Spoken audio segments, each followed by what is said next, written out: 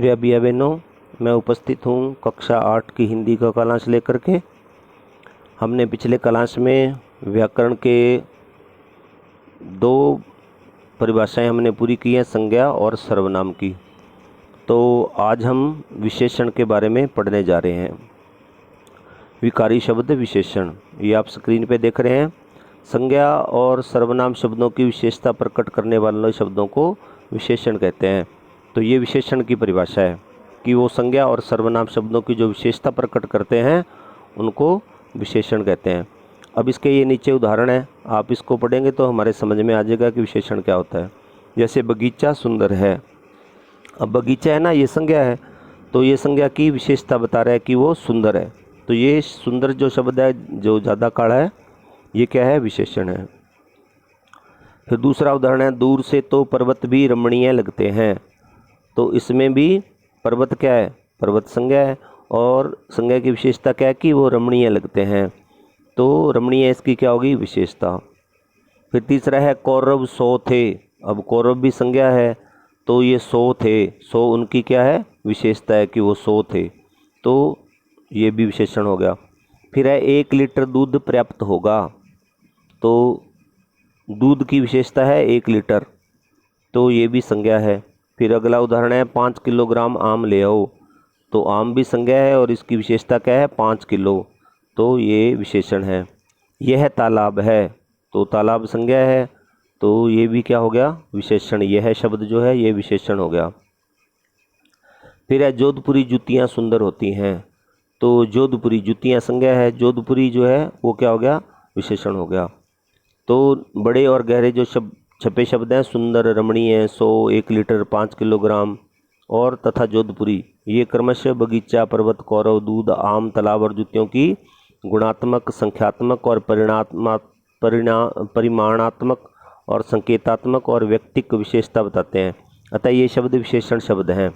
और विशेषण के प्रमुख 5 भेद होते हैं। कौन कौन से भेद होते हैं? आइए देखिए, ये है विशेषण के 5 भेद।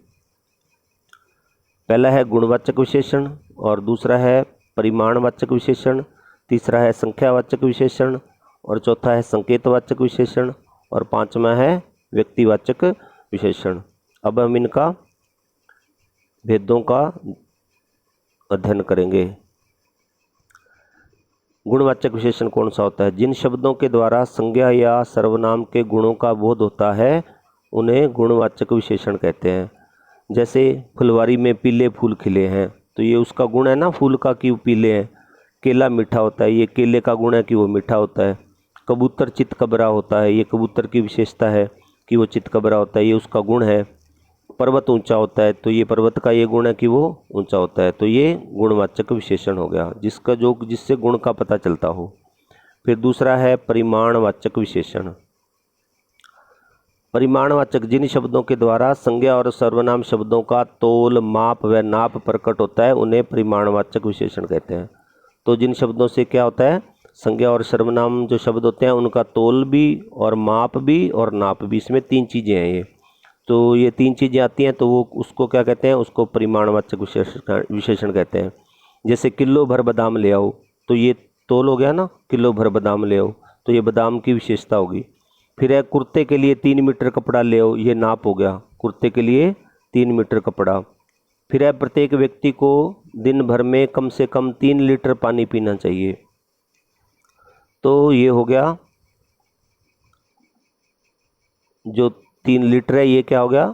ये माप हो गया, तो ये उसकी पानी की विशेषता होगी।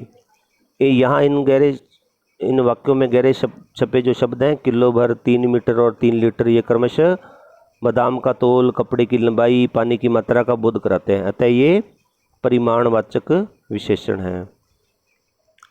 फिर अगला जो भेद है वो है संख्यावाचक विशेषण। जिन शब्दों के द्वारा संज्ञा अथवा सर्वनाम शब्दों की संख्या का बोध होता है उन्हें संख्यावाचक विशेषण कहते हैं, जिनसे कि संख्या का पता चलता हो।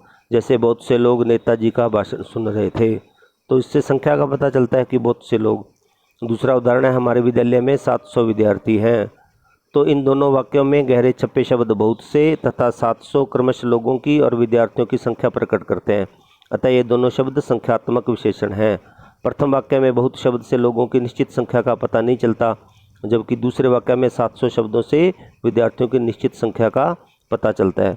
यानी कि इसमें दो तरह के विशेषण होते हैं, जिसमें संख्या का पता तो चलता है और एक में संख्या का नहीं पता चलता। यानी कि एक तो निश्चित संख्यावाचक हो गया और एक अनिश्चित संख्यावाचक हो गया।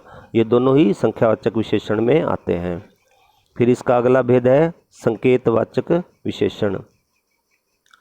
इसको सार्वनामिक विशेषण भी कहते हैं। ये विशेषण शब्द सर्वनाम शब्द ही होते हैं, किंतु जब इनका प्रयोग किसी संज्ञा शब्द के साथ उसकी ओर संकेत के रूप में होता है तब ये संकेतवाचक विशेषण कहलाते हैं। जैसे यह गोपाल है, तो ये संकेत किया गया ना कि यह गोपाल है। इस तालाब का पानी निर्मल है, तो ये भी संकेत किया हुआ है। तो जिसमें संकेत हो वो संकेतवाचक विशेषण। इन दोनों वाक्यों में प्रयुक्त यह तथा इस शब्द वैसे ही सर्वनाम तो है ही, किंतु इनका प्रयोग क्रमशः गोपाल और तालाब के साथ संकेतक शब्द के रूप में हुआ है, अतः ये दोनों संकेतवाचक शब्द हैं। फिर अगला है व्यक्तिवाचक विशेषण।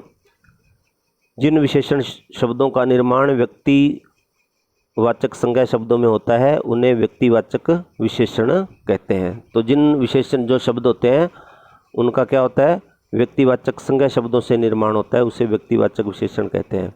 जैसे नागौरी बैल प्रसिद्ध है।